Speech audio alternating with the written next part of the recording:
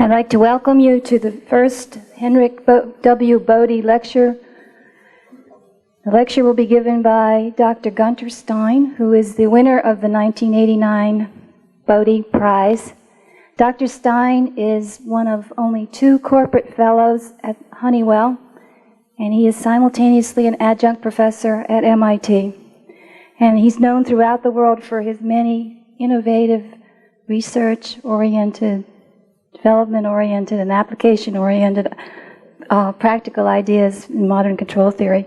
And we're really delighted to have him here today. And the title of his talk is Respect the Unstable. Dr. Stein.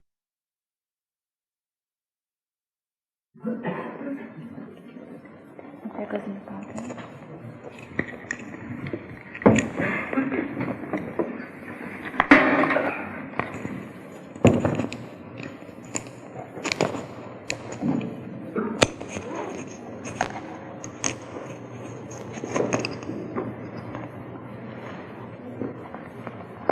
Does that work?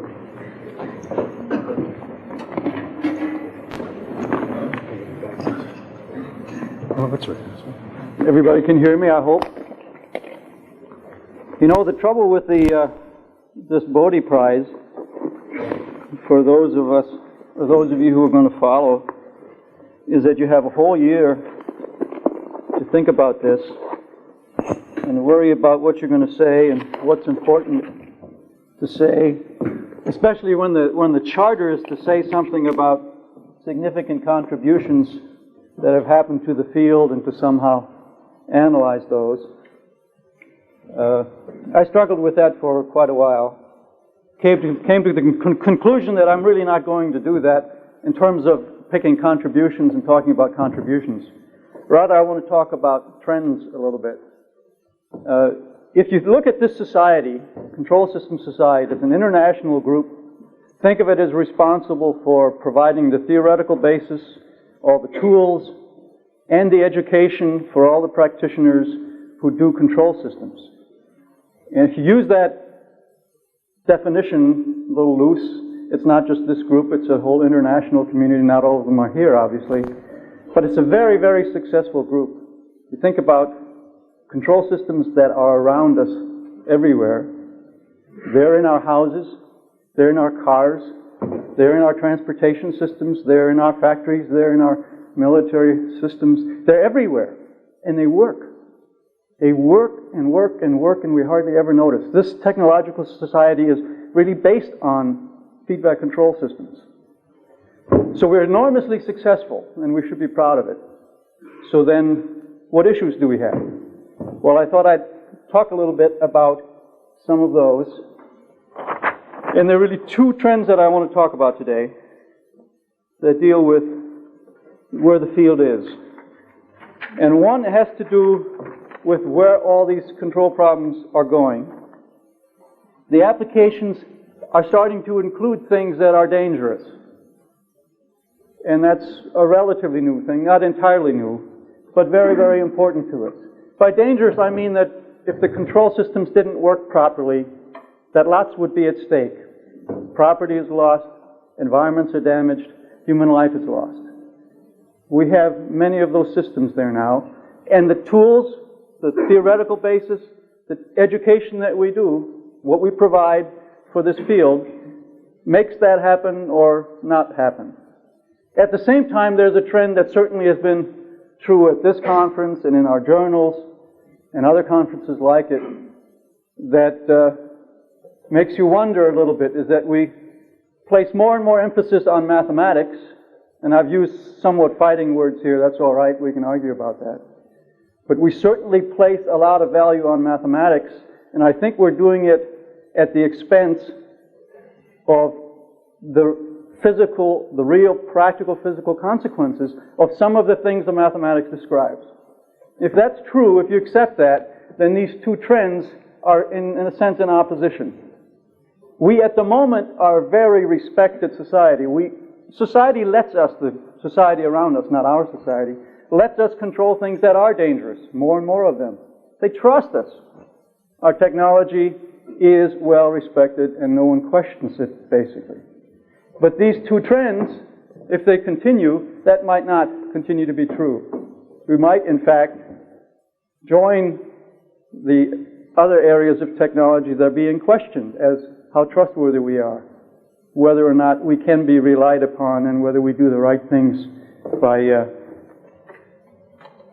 in a general scheme of supporting the social systems we've got. Let me just make that point a little dramatic, the point I want to make in this whole talk, a little dramatic, and start with a statement like this. We have theorems. We like theorems. We think if we can't make a theorem out of something, it isn't valuable. It isn't important to talk about. Well, here's a theorem we're all proud of. You recognize it. It's a statement of the conditions for what kind of sensitivity functions we can get in a SISO feedback system.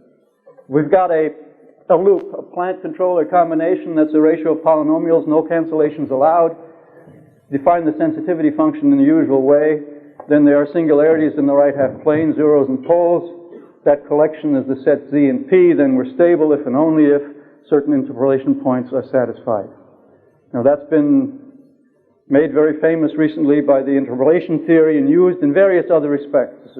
It's a very elegant, simple description of what you can do with a feedback system, what constraints you have to satisfy and still be stable. And we're all very proud of it, justifiably so. But if that's all we teach, if all we teach is that theorem, if all we talk about is that theorem, then we miss the fact that very small errors from that, if we don't do that just right, we can have things like this. And you might have seen this in the newspapers not too long ago. That's the JA-S-39, the Saab Gripen airplane. It crashed on one of its early test flights. That's contact with the runway right here, incidentally. It crashed on one of its early test flights almost a year ago now. We'll talk about that example a little bit later. Another one we might miss is this. You all recognize that? 86, the Chernobyl nuclear plant. That's unit number 4 over here. Used to look like that on that side. We'd miss that. Another example I can show you is this one. This is a little harder to see. It comes from courtesy of NASA. It's what you see here is 0.2 of a second worth of a drone airplane flying to demonstrate flutter control. That is, to keep oscillatory wing dynamics from going unstable. Time goes this way. There's 60 frames a second on here, so you're seeing 0.2 of a second.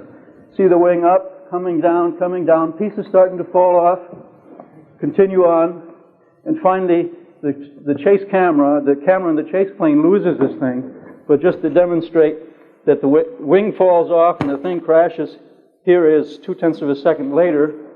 Starting down here, you see the wing is completely gone, and this thing eventually crashes. It's those kind of examples, those kinds of things that we don't teach our students about if all we teach is mathematics. These things are dangerous, and we need to teach our principles that deal with that plainly and well. I want to talk about all this by reviewing a few simple facts about unstable systems. And maybe I should be cautious here too. I mean dangerous systems. They don't necessarily have to be unstable. Most of the examples I'm talking about are. But we have dangerous systems that are almost unstable or are in operating regimes where even their natural stability isn't adequate. You can, with the controller, mess it up badly enough that things are really dangerous. So I'm talking about the general class, with unstable ones being sort of the prototypes, and that's the reason for the name of my talk.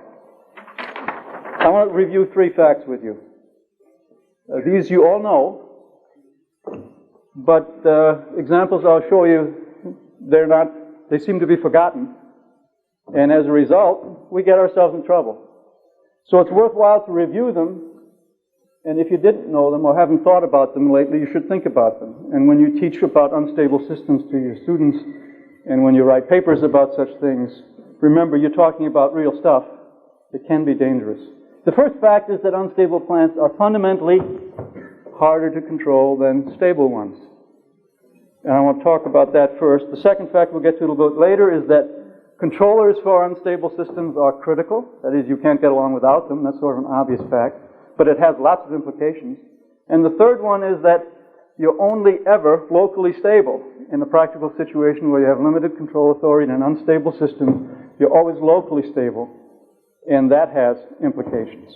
I'm going to work on this one first a little bit.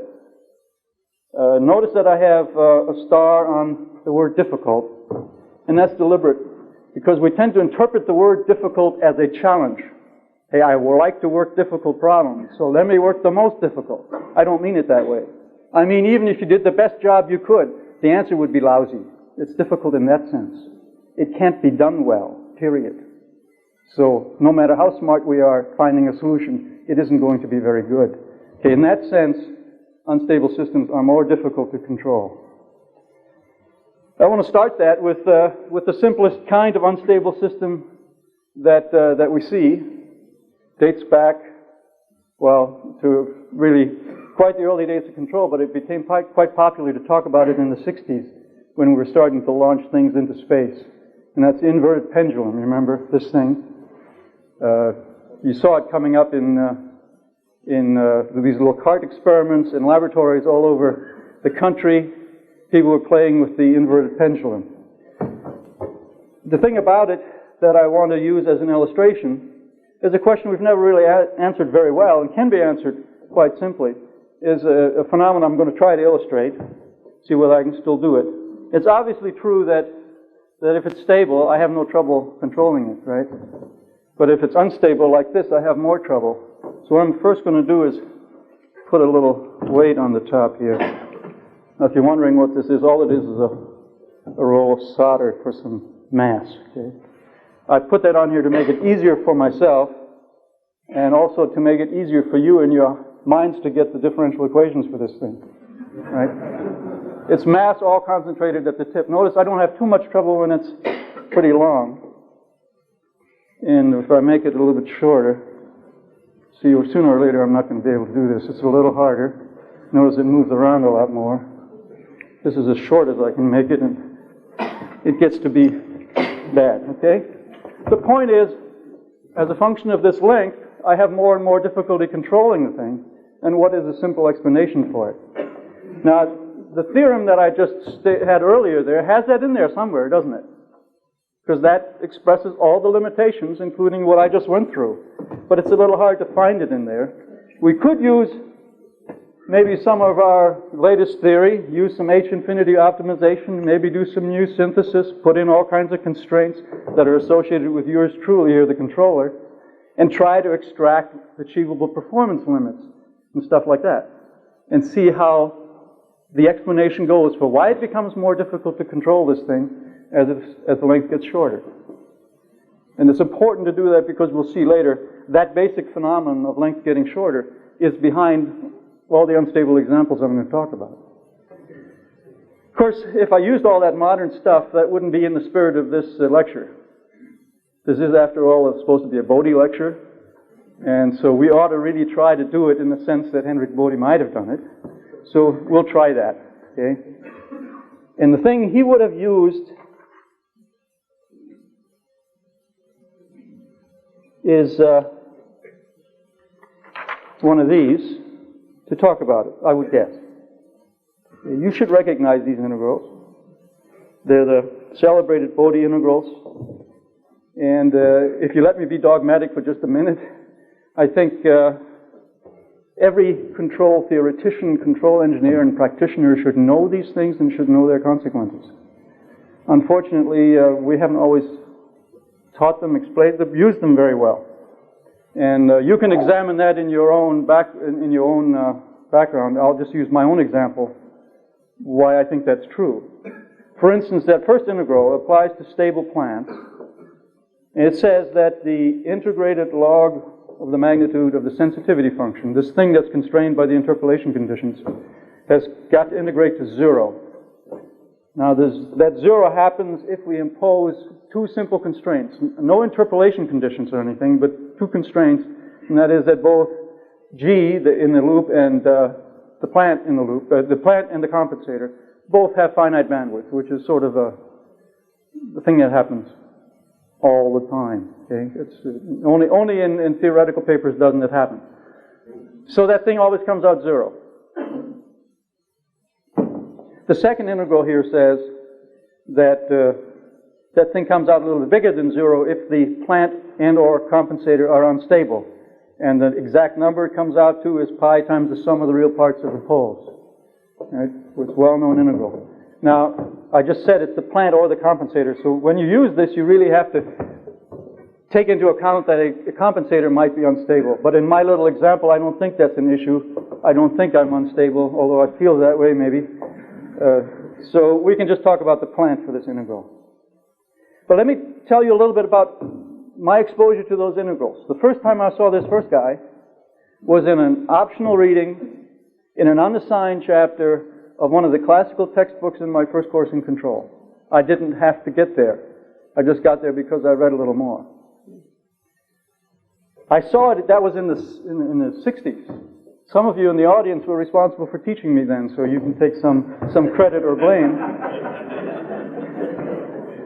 I didn't see it again until the mid-70s in a very controversial paper by Isaac Horowitz, the prospectus paper in the Transactions, sort of titled fairly aggressively as on the superiority of transfer functions over state space methods.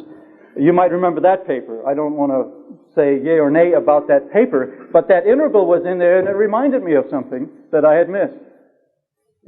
The second integral didn't surface for me until a CDC conference in, I think it was 84, San Antonio. Jim Freudenberg brought it up in one of his papers. It's the first time I'd ever seen it. Now, it's true that it was pointed out at the time that this was a version of Jensen's theorem, well known in mathematics for a long time. And a lot of us might have thought it wasn't important because of that. In fact, I think a lot of us did think it wasn't important because of that. It was news to me, and it was news to the engineering community at large, and it says so many things about unstable systems that we can't afford not to pay attention to it, even though it isn't new mathematics. So, it did finally make it in Transactions too, I guess, in 85, something like that. That's the history. I don't think we do it well, and again, I think everyone in our field should know these integrals and should know their meanings. And I'll give you my interpretations of their meanings. I think of them as conservation laws. Here's just a quick picture of that view.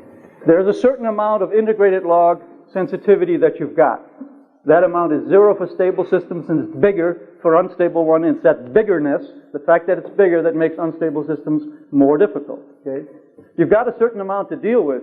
If you want to lower the sensitivity, take something out of there, you have to put it somewhere else. It doesn't go away. If you want to take a little out, you put a little somewhere else. If you want to take a lot out, you put a lot somewhere else. You never get rid of any of it. So it's a conservation law. I think it's important for a field to have a conservation law. Now, we pretend we don't have one, so we're omnipotent. We can do anything. Conservation laws make us humble, so let's say we have them. We do. Okay? This is a conservation law. Now, it's also interesting, I find, that we've never named this quantity, the integrated log sensitivity. Never given it a name, like some of the big quantities of physics, momentum, mass, and energy stuff that's conserved. We haven't even bothered to give this a name, even though it's so fundamental. Maybe somebody would try entropy, I suppose. But for this talk, since we haven't agreed on a name for it, I can give it a name, and the name I'm going to give it is dirt. Okay? It's stuff we don't want. We'd rather not have it around, we'd rather get rid of it. So we're going to call it dirt. Okay? So this is conservation of dirt. The reason I want to do that is because I can talk about design then in serious classical design in terms of this picture. Okay? A classical designer is somebody who digs ditches. And he knows he's digging ditches. He digs stuff out of here and he has to pile it somewhere else. He can't haul it away and it doesn't go away. It's there. And it always remains there. And he knows that. Given that kind of interpretation, I can also look at what the more modern tools do. And that's this. Formal design is a big machine that digs ditches for you.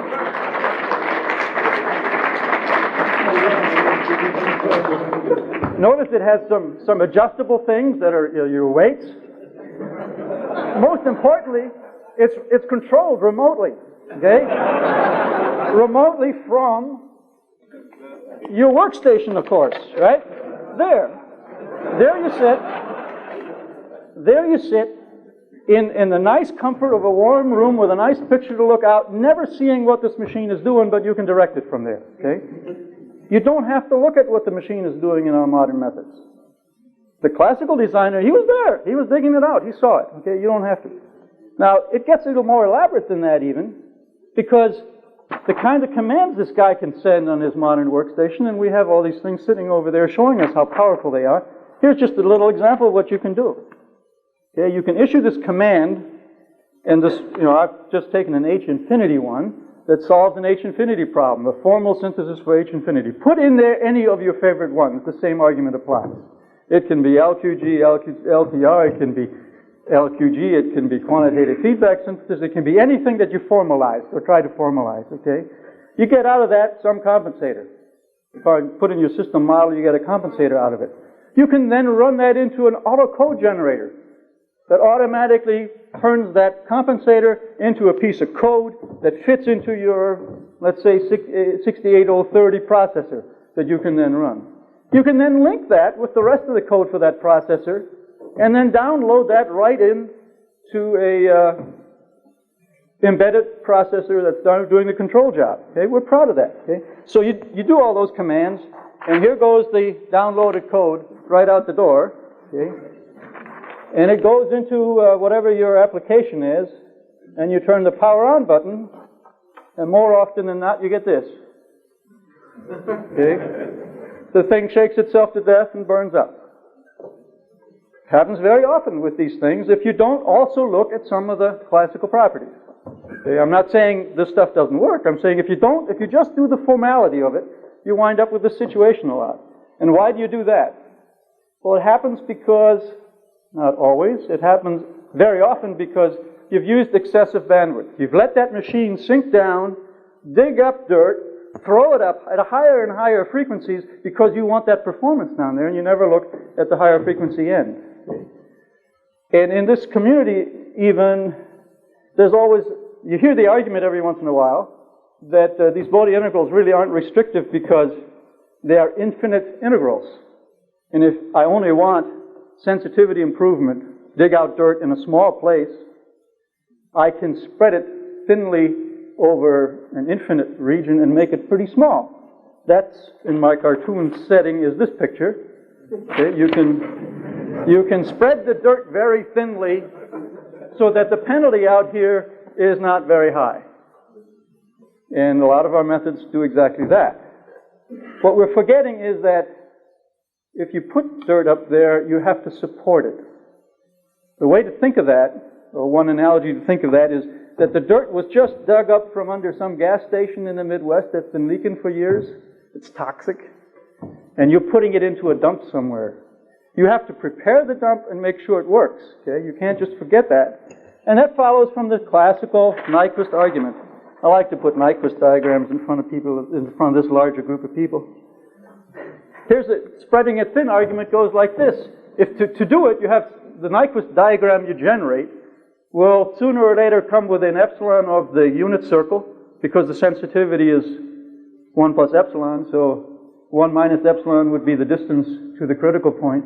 And you have to run that to here, hold it there, up to a frequency where you've made up all the sensitivity improvement that you've got to balance with sensitivity deterioration. And then finally you can roll off. And even that roll off there you have to make at least fast enough so the Bodhi integral doesn't grow again. Okay? As a result, there is always a bandwidth up to which you have to go in order to do this problem. Now, in the LQ case, that bandwidth is infinite. You're going right along here, or coming in right along here. You can't ever forget about the loop. LQG, LTR, to point fingers at people you know, does that, or tries to re-achieve that, tries to converge back to that in the limit. So never push it to the limit. It's not a good idea. Okay? And all the other tools we have, similarly try to do that sort of thing if we're pushing sensitivity down. And the optimization, H-infinity optimization, is explicitly there to do that. So you want to be careful with that. The consequence of that, the reason I'm pointing all this out is that there is a bandwidth to which you have to work. I'm going to call that available bandwidth, that thing over there. And it's not something that you specify, it's something that the hardware specifies that you're working with. A complete control problem specification should talk about the available bandwidth. Even though this loop is rolling off, it has to do it in a very precise way if you're going to keep the distance epsilon. As long as you require precision, you need the bandwidth to do it. That is, the bandwidth is the frequency up to which you have to start forgetting about this. In our more modern jargon of unstructured perturbations, that would be the frequency above which the uncertainties are significant compared to 1, significantly large compared to 1. But in a more basic Bodhi-like context, there's the notion of available bandwidth. You have to do everything you do within that bandwidth. Above that, you can't rely on much. And that says that the Bodhi integrals really are finite integrals and look like this. For the available bandwidth that the hardware specifies, you have to satisfy this. There's a little delta left over. It could be positive or negative depending upon how the detailed roll-off after that happens. You don't control it. It gets specified for you. All you really control is roughly the magnitude. Then if you're unstable, of course, it's bigger again by that amount. The point is all the action, the sensitivity improvements, and the deteriorations are going to happen in a finite frequency range. And you've got to make it all happen there. Okay, once I've said that, I think I can explain this little broomstick balancing experiment quite nicely by just taking simple prototype sensitivities and looking at what they would be. Let me take these prototypes. I'm going to say that what I was doing here is trying to keep sensitivity as small as possible, uniformly flat, over an available bandwidth that we're going to have to agree on in a minute. And whether I do that or not is not so important, but it gives me sort of a lower limit. I'm going to take a sensitivity, let it be a flat level at low frequencies, then eventually above the available bandwidth, it's going to go back to 1 because I'm not paying attention, and the integral will then have to be satisfied to within delta, okay, for that whole stretch. A Nyquist diagram that sort of corresponds to that is I'm holding a fixed distance away from the critical point, and eventually allowing the thing to roll off. Okay, that's going to be my prototype. I'm going to argue that's roughly what I'm doing when I'm controlling this, even though I'm not a finite dimensional linear time invariant thing, but it's a close enough explanation. If I use that explanation, then the only thing we have to argue about is what do you think my available bandwidth is? And once we settle that, what are the consequences about how big S min is? Okay?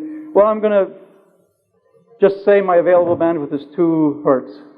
Or something like that. It's not a critical number for this.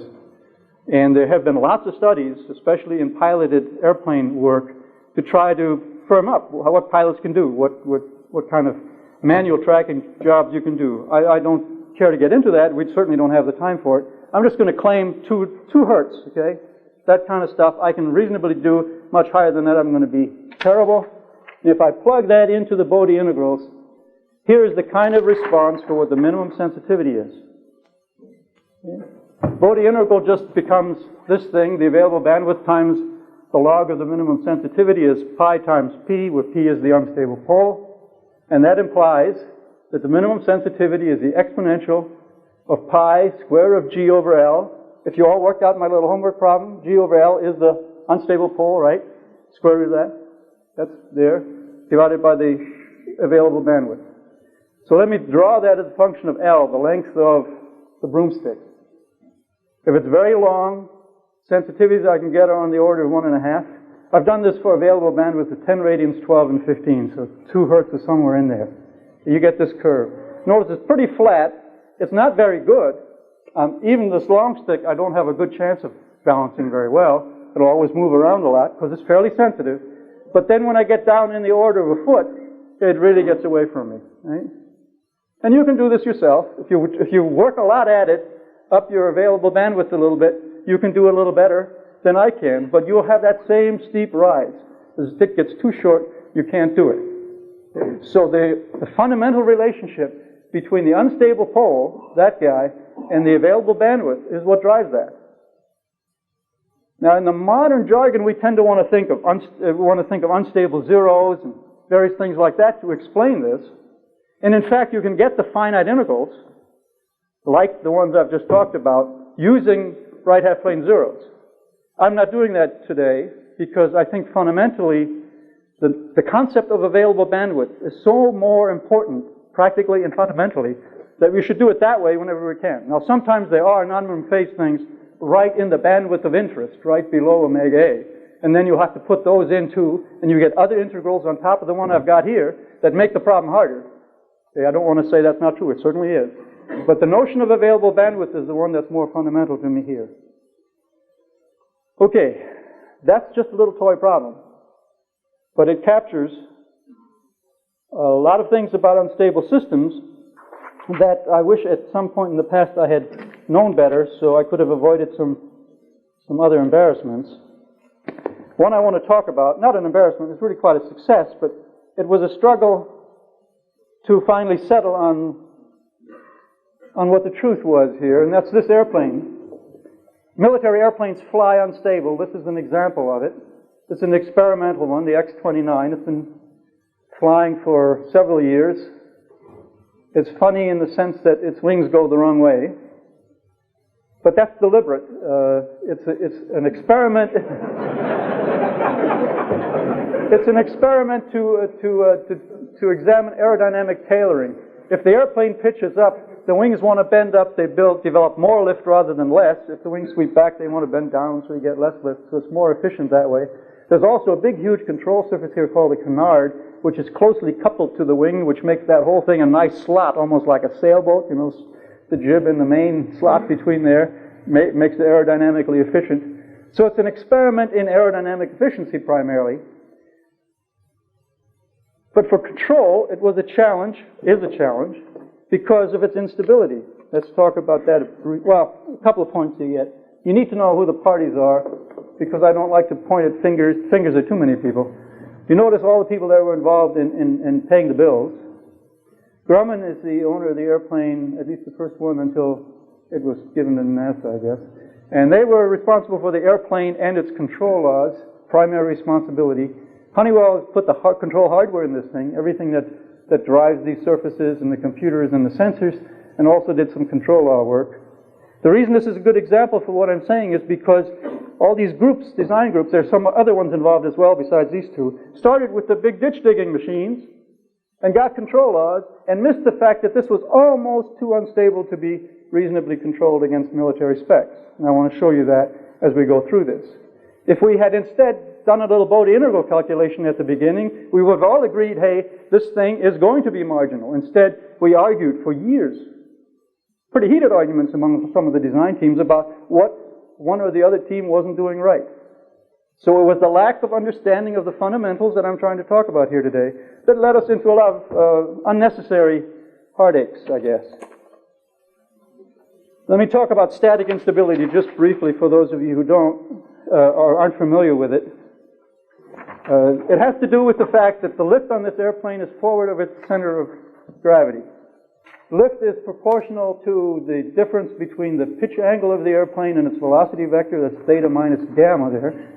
And if it's proportional to that as you pitch up, as are shown in these two little equations, if you pitch up, you get more lift, more moment, as you pitch up, you get more lift, more moment, and that pitches you up some more, and the airplane wants to diverge. The divergence rate is roughly this, I've shown here, a pole at the proportionality constant divided by the inertia square root of that. It's very much like G over L here, this term. And this gets modified slightly by the fact that the flight path angle itself responds also. So these poles aren't exactly those, but close enough for our purposes here of discussion. The airplane, the X-29, has one of these poles sitting out at plus 6 radians per second. Plus 6 radians per second corresponds to about a 1-foot broomstick. So if a pilot were to manually fly it, he would be balancing that 1-foot stick all the time. Now, given how poorly I was doing there, I don't think you would want to trust him with that, right? Now, the reason that it's as unstable as it is worth talking about a little bit because a little while we'll see what that means to commercial airplanes. This airplane was designed to be efficient supersonically. Efficiency has to do with how unstable it is. You need to think a little bit about what happens if I want to make it stable, I'd put this point aft of the center of gravity, then the airplane would want to pitch down. But then in order to fly at a fixed lift, balancing gravity, I'd have to put a big tail on there. That tail pulls down, opposes the lift, so it becomes less efficient. I also have to carry the mass for the tail, and that makes the airplane less efficient. So to make it neutrally or slightly unstable is desirable. In this airplane, that was desirable at supersonic speeds. Now there's an aerodynamic phenomenon that says that the average position of lift on a lifting surface moves aft as you go from subsonic to supersonic. It just shifts backwards. Okay? So if I want this to be forward of the CG supersonically, then it's going to be way forward of the CG subsonically. So subsonically it's very unstable. Supersonically it's mildly unstable to neutrally stable. So that's why it's as unstable as it is. And we'll see what that means a little bit later to commercial airplanes. Let's talk about what this airplane has in available bandwidth limitations. I said earlier that the available bandwidth that you've got is not something you choose by your control design. It's something that's given to you and you have to live within it. Okay? Here are some of the elements that drive it in an airplane like this X-29. There's a control computer that samples at a certain rate, so it can reproduce signals through it that are good up to some frequency determined by the sample rate. And that's 80 hertz, so that's on the order of 30 to 40 radians per second. You can get through there without too much error. There are actuators. These are big hydraulic cylinders that you have a position servo closed around. That servo has a 20 radian per second bandwidth, so you get 20 over s plus 20 as the transfer function for that guy for a while. But at about 70 radians per second or so, the valve dynamics that control that hydraulic ram and the electrical solenoids and all that stuff that drive it, that dynamics gets in there too. So up to about 70 radians per second, this thing is a well-defined transfer function, and after that it becomes pretty bad. So you can say maybe I can get 70 radians per second of available bandwidth out of it. That is, the 20 over s plus 20 is good up to about that frequency. Once I position the surfaces, they drive the airplane structure directly through inertial reaction. They also, and most importantly, drive the airplane structure through aerodynamics. And typically we think of aerodynamics as just static maps from the position of the control surface and the orientation of the airplane to forces and moments. That's not really what it is. Remember, airflow has momentum, and if you want to change it too fast, it's not going to want to change. Okay? And the characteristic times for that are the chord length of the surface, might be 2 feet for a control surface, divided by the velocity with which the air sweeps by. And they can be like 100th of a second kind of time periods. So 100 radians per second would be the available bandwidth just associated with aerodynamics. Okay, you'd have to change the whole Navier-Stokes equation thing in order to get over those kind of numbers. Then there's the airplane structure itself. Now for control, we're interested in the connection between where the actuators are and where the sensors are. Obviously in an airplane design, you're also interested in the structure between certain other places, like where the wings are and where the pilots sit, where the crew sits, that sort of thing. But for our purposes, it's the structure from the actuators to the sensors, and it is flexible. Typically in an airplane of this size, it's 7 hertz kind of number, so 40 radians per second kind of number. And what happens there is the first structural mode moves around some with the loading you have, with whether you're maneuvering or not, with how much fuel is in the wings and all that stuff. So it's a fairly uncertain thing, and it's this limitation that typically limits the available bandwidth on airplanes. Finally, we get to sensors, you're at 120 radians per second. If you look at all these numbers, this is sort of the typical lowest available bandwidth limitation due to the structure of the airplane. And it is hard to move. It is expensive to change. Suppose we, the control guy, said, hey, we can do much better if you gave us twice that. What would you have to have the program manager do? He'd have to beef up the structure of the airplane, make it twice as stiff, something like that, actually 4 times as much stiffness to get the frequency up to 14 hertz, let's say.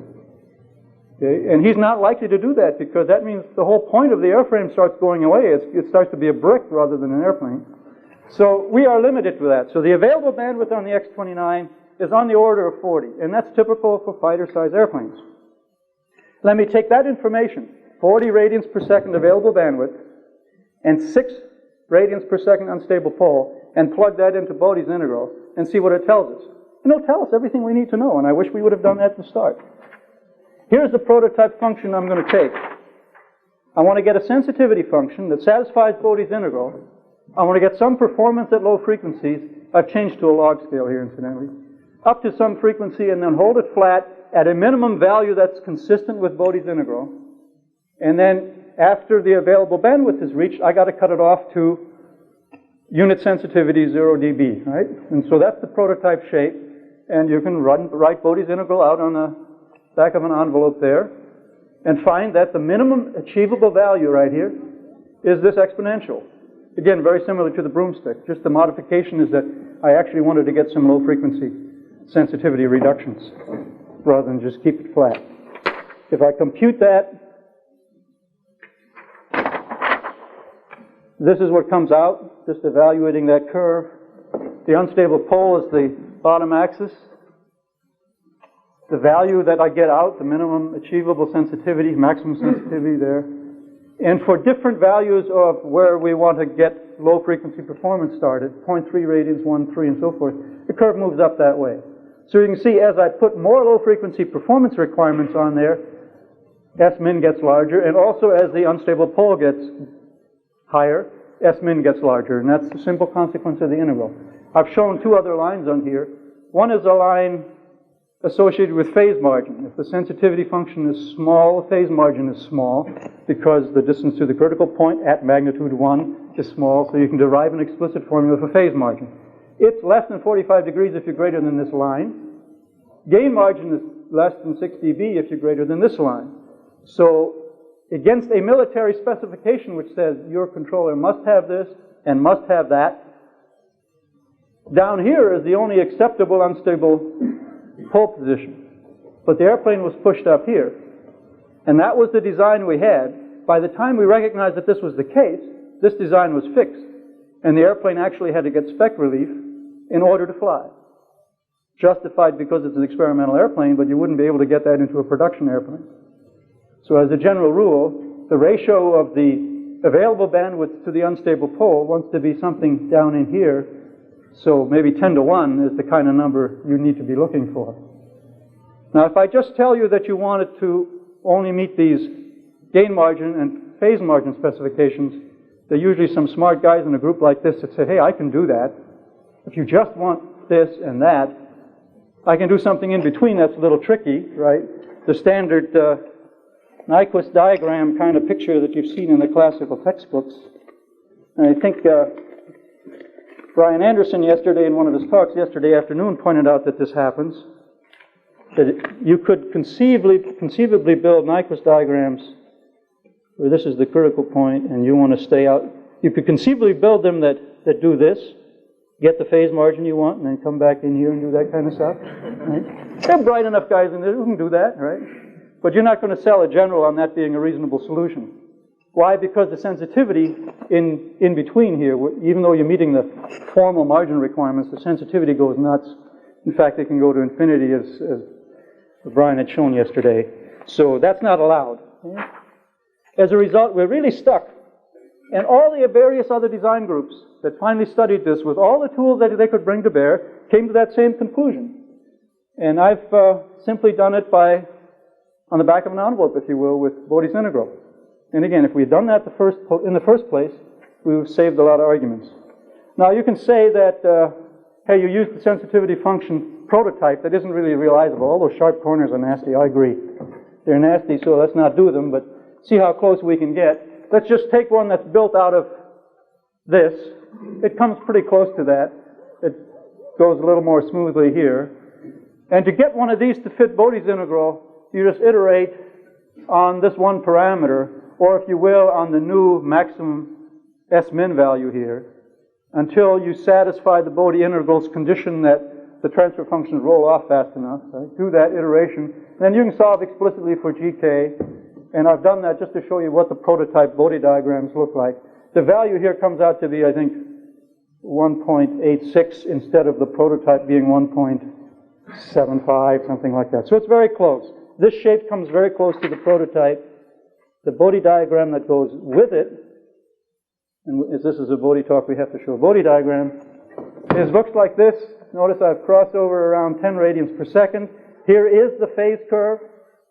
Maximum is 35 degrees. It's not 45 is not achievable without doing these fancy games that aren't allowed. And it's a very narrow region in which you really are stable. You can see we're circling around the critical point fairly tightly. Now I wanted to show you this because it corresponds to flight data almost one-to-one. I asked Joe Guerra at NASA Dryden Flight Research Center to send me some real-time flight data. They actually recorded this airplane in real-time, measured phase margins on it.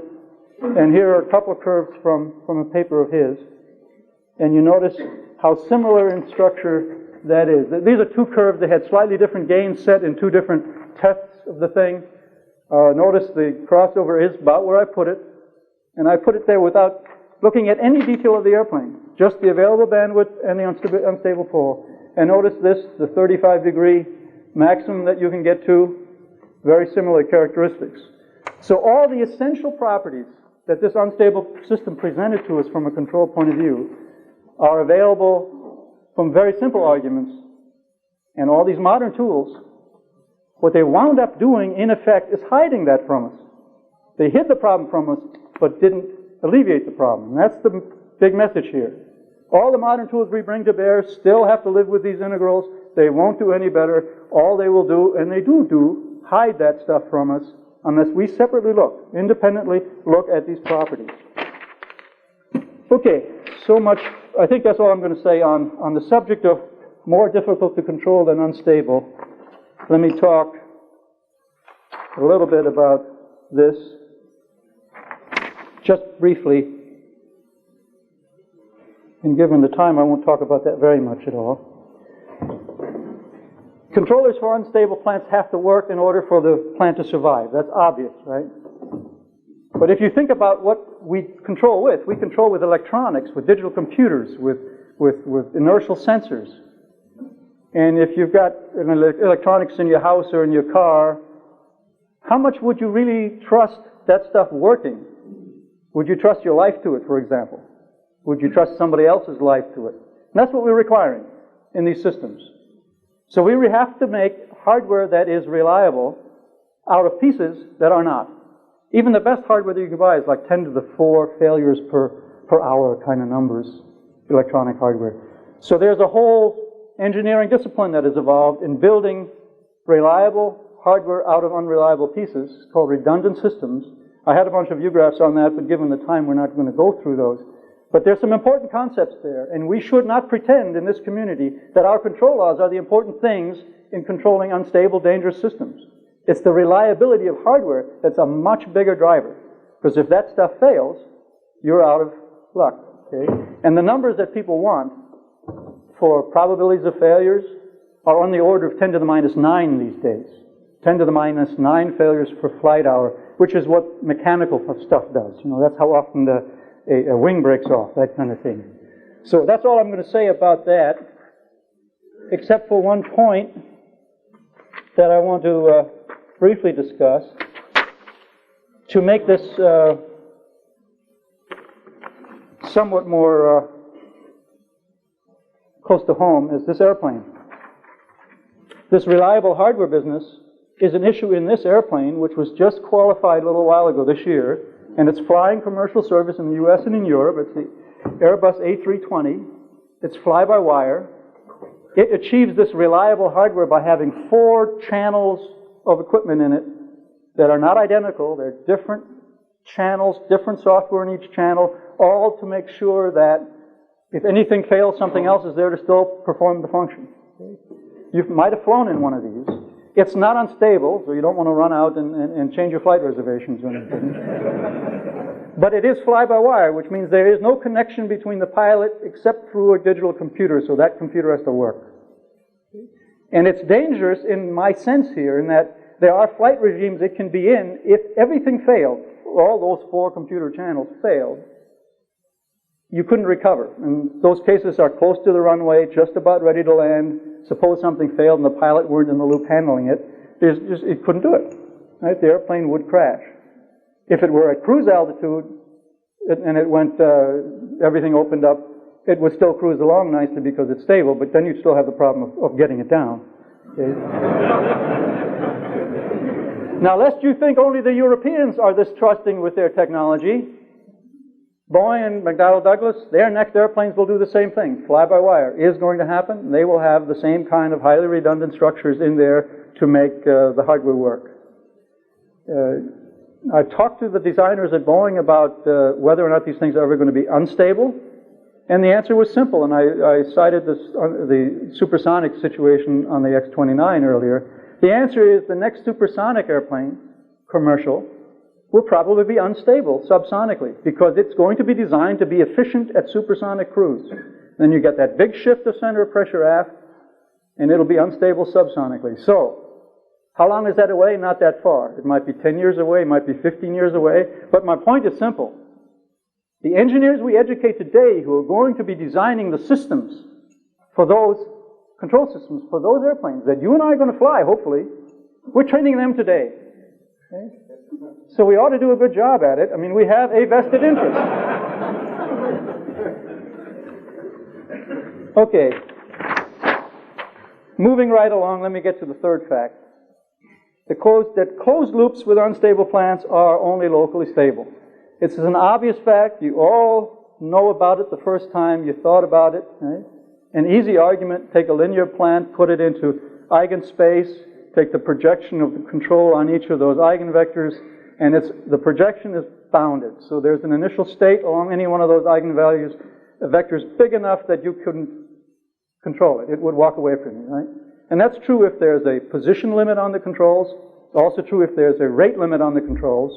For the rate limit, you just put an integrator in the path of the control and limit the integrator. That gives you the rate limit. So that simple argument says, I'm always going to be locally stable with one of these things. And that's the thing that's forgotten most often. I just want to show this with a very simple simulation. And the reason for showing you this simulation is to compare it to something a little bit later. The simulation just puts rate limits into this controller, my prototype for the X-29. Not the real controller for the X-29, just the prototype I designed.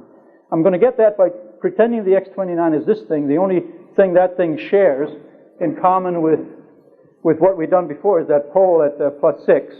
And I'm going to compute the controller explicitly by G inverse GK.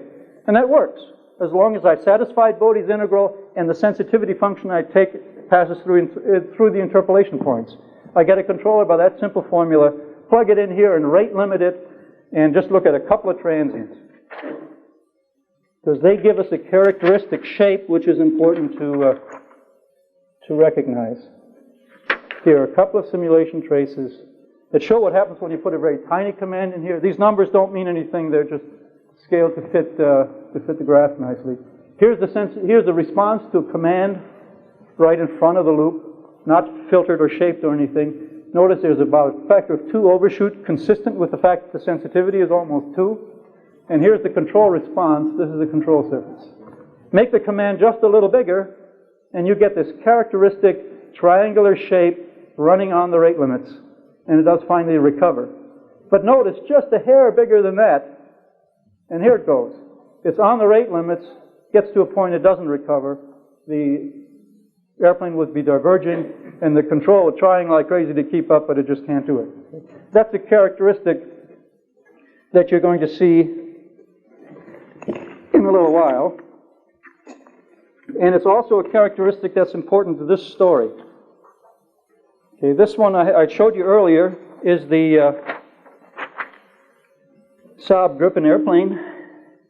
And since its crash, there's obviously, you can imagine how many people would get upset about this, and there are big accident review boards going on, and people are trying to figure out what was wrong with it. And that isn't public yet. The accident reports haven't been released yet to my knowledge. But the press in the aerospace community has been keeping track of this, and the most likely culprit is not that any of the hardware failed in that system. That is, the redundant hardware that's in there. There are 3 channels of hardware in there with backup channels for generic faults. None of that failed. That worked fine. What most likely happened is that the control law interacted with rate limits, worked on the rate limits, and at landing, where most of the surface activity is really needed, and got the airplane out of control. The pilot couldn't recover, it just made the rate limits worse, and that's the contact with the runway. Now, the control laws have already been redesigned, I understand, and the airplane's ready to go up again. You say, well, how can that be? How can control law design fix that? Well, with rate limits, you can see that one way to interpret the situation is that rate limits limit achievable bandwidth, available bandwidth, lower than what you thought you had. So if you redesign the control laws to rely on a smaller available bandwidth, which means performance would be less and all that stuff also, you can alleviate the rate limit problem. And that is apparently what the control law redesign has done. And the airplane is just about ready to go up again. So if you see something about it in the news one way or the other, you will have a reason to be interested. Now, I want to talk about, for about five minutes or so, I don't want to keep you too long, about a more serious, or still more serious, version of this rate limit situation. And it's this is another picture. This is probably worse than the one I had before, right? Of the Chernobyl number 4 unit. There's the tower again, and here's the broken up unit from a slightly different perspective. You all remember that around April 28th or so of 1986, news came out of the Ukraine that one of the nuclear plants there had destroyed itself. And that was first evidenced by increase of radioactive background in Sweden and other places where the radioactive cloud went. And this problem turns out to be one of those that fits into our discipline. You see, there wasn't a failure of any hardware either. There wasn't a valve that stuck. There wasn't a metallurgical flaw in some part of the system that busted a pipe and blew the plant up. No. The control system deliberately, and it seemed like consciously, drove the system, this plant, into an operating environment from which there was no way to recover. The facts that I've been talking about were not understood, at least by the operating crews, and you sort of wonder whether they were understood by its designers. To talk about this, we need to talk a little bit about the plant, and then summarize sort of what the sequence of events was. Incidentally, the information from this comes from a seminar that Herbert Kautz from Brookhaven gave. That's where I got the information for this stuff. Any controlled interpretation, I'm going to take responsibility for. It's mine, so whatever is wrong, bad, indifferent is mine, so nobody else takes any blame for this. And I don't want this to be an anti-nuclear thing here. It's an example of what this community has failed to do in training people, in training designers, in making sure that our discipline is properly understood. It doesn't matter that this is a nuclear plant. It's an example, a very compelling example, of missing some of these facts. Now, to talk about this, Unit 4 here worked roughly like this. There's a nuclear reactor, big graphite core, which is a boiling water type. But water comes into the bottom, boils, takes off water and steam at the top, through a steam separator into a turbine, out to the grid goes the power. The stuff comes back, gets cooled from the turbine and back through the system.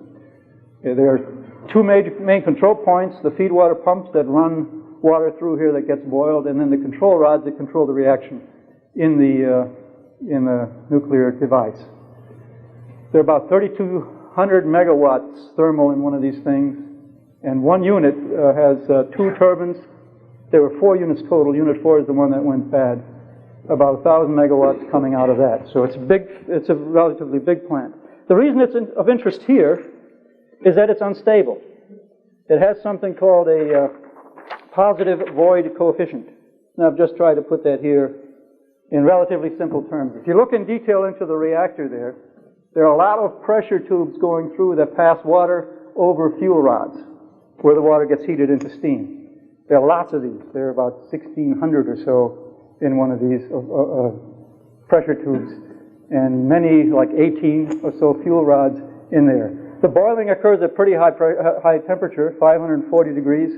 So the pressure, the working pressure of the system, if I looked it up right in my steam tables, is 1,000 psi. So it's pretty high. Now the thing about this is that at low operating power, there is an increase in power generated in the reaction as a function of more steam versus water in these tubes. There's something called a void, steam void, V here, that is the ratio of steam to water in one of these tubes. If there is more steam, there will be a stronger reaction, because apparently steam is not as good of a moderator of the reaction as water is, so that the reaction increases as you get more steam. You then write a simple energy balance, and this is not what you would do in all its gory detail, just to give you the hint that it would be unstable. Here's the energy balance, here's the generated thermal power from the reaction. It's a function of the steam void, the control rods, and probably a bunch of other things. Take the linearization, the partial of the power with respect to the steam void, that's the thing that's positive at low power, and it gets multiplied by the partial of the steam void with respect to temperature, which would be a positive number, and then times delta temperature. So dt will be positive times delta T. You get a positive time constant there, a positive pole there, and it varies, of course, with the operating condition. And for the reactor, it's this kind of number. Now, because this instability exists, the operating rules for the reactor were that it should never be operated for extended periods of time here. You obviously have to bring it up and down through that unstable region, but the rules were you never operated it there. Okay? What happened at Chernobyl is they went through an experiment that caused them to operate there, and they continued to operate there.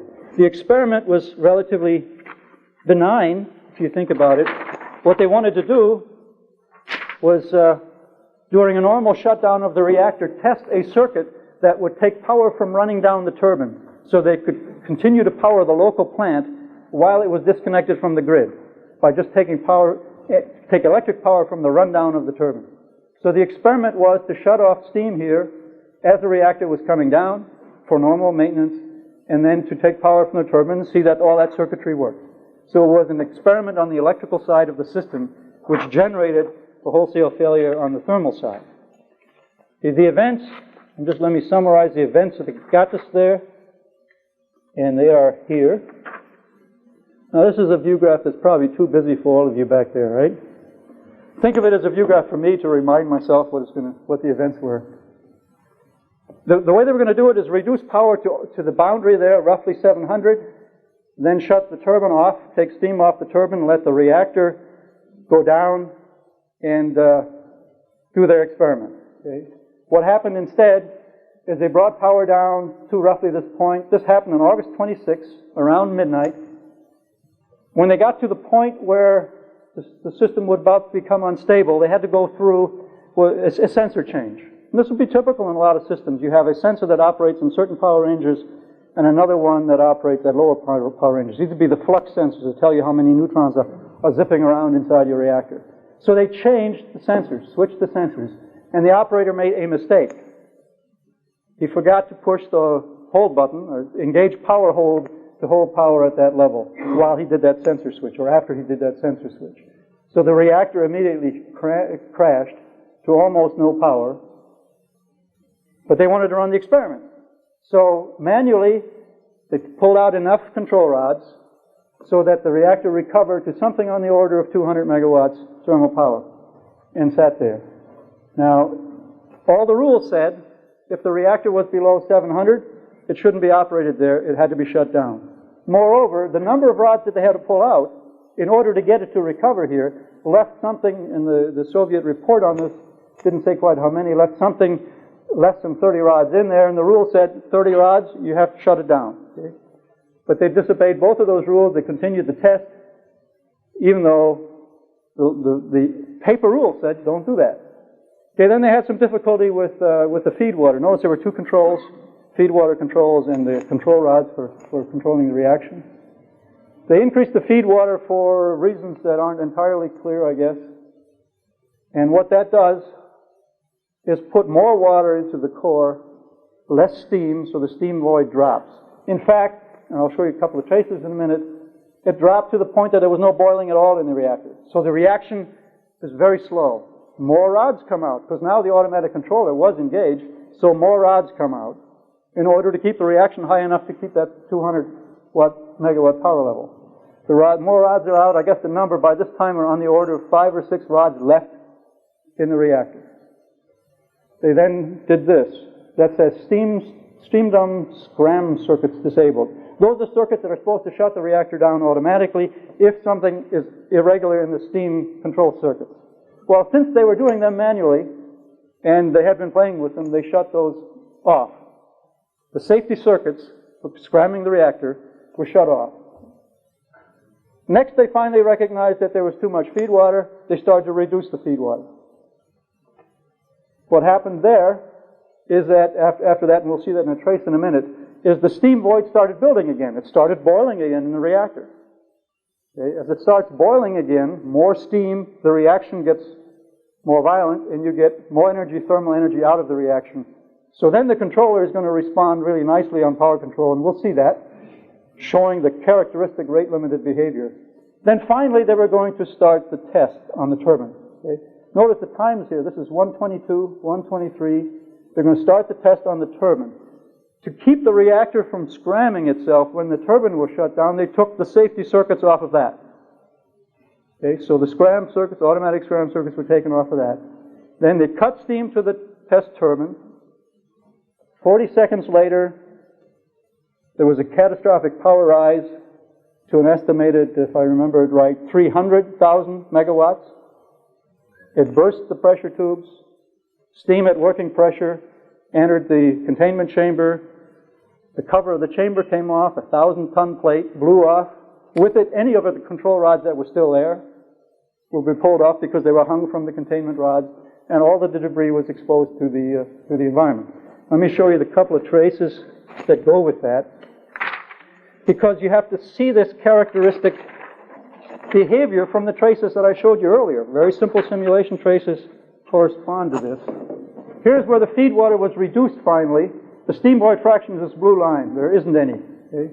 Feed water is reduced at this line. Finally, steam void fraction builds up. The reaction becomes more active, and the automatic power controller starts pushing in control rods. Notice the characteristic triangular behavior that we saw that's characteristic of rate limits. There's not enough control authority, and it's not moving fast enough. But it does hold, okay? It does finally recover here. The test starts here. You cut off the turbine, steam to the turbine. Immediately what happens is the pressure rises in the system. Steam actually goes down. Steam void goes down. So the reactivity goes down. So the rods come back out because they're trying to hold this power level. Power is in here, mixed in here somewhere. These traces, incidentally, were presented in Vienna by the Soviet investigators of this accident. You can see again the characteristic rate-limited transients. Now on the next sheet, on a much expanded scale are the last 14 seconds of this event, and it's these. Now I have the power trace in green here. The steam void, you notice the steam void rising all along, and the automatic power controller is trying like hell to push in as many rods as it's got, but it's pushing them in there, not enough. Just like that trace before where I had it going, the only difference is going the other way because this is a sign on these plots. And here's the power rise. There wasn't any failure of any kind in the hardware. This is what the system would do given the circumstances they put it in. Okay? There's roughly, if you put a time to double kind of eyeball calculation in here, there's roughly e to the 1.5 to 2t kind of divergence here. That's like a 10-foot broomstick, but being balanced by almost no control. You know, if you kept my arm from moving here and saying I got a 10-foot broomstick, that wouldn't help me a lot, right? And that's the situation they were in. And that's what happened there. Now again, I don't want to talk about any nuclear things here. That's not my point. I wanted to show you this because to me it's the most compelling example that we have of a blatant disregard for some of these basic facts. Certainly the operators could not have understood some of these facts about unstable systems and still do what they did. I mean, certain death is involved. In fact, the operators, all the firefighters, died immediately or shortly after the accident. Thousands of people, hundreds of thousands of people had to be evacuated and still aren't back. If you look at the just monetary cost of the cleanup, it's staggering. So the consequences were tremendous, and they could not have known these facts that I'm talking about and still do this. And I wonder what the designers could have known. Would a designer allow manual control of all these safety circuits? Or shouldn't we have highly redundant, reliable hardware that sits there and does that and insists on enforcing the rules when the consequences are so dramatic? It seems to me that this is just a blatant disregard. And when I think about this, you know, there's a temptation to say, well, we don't do things like that in the West.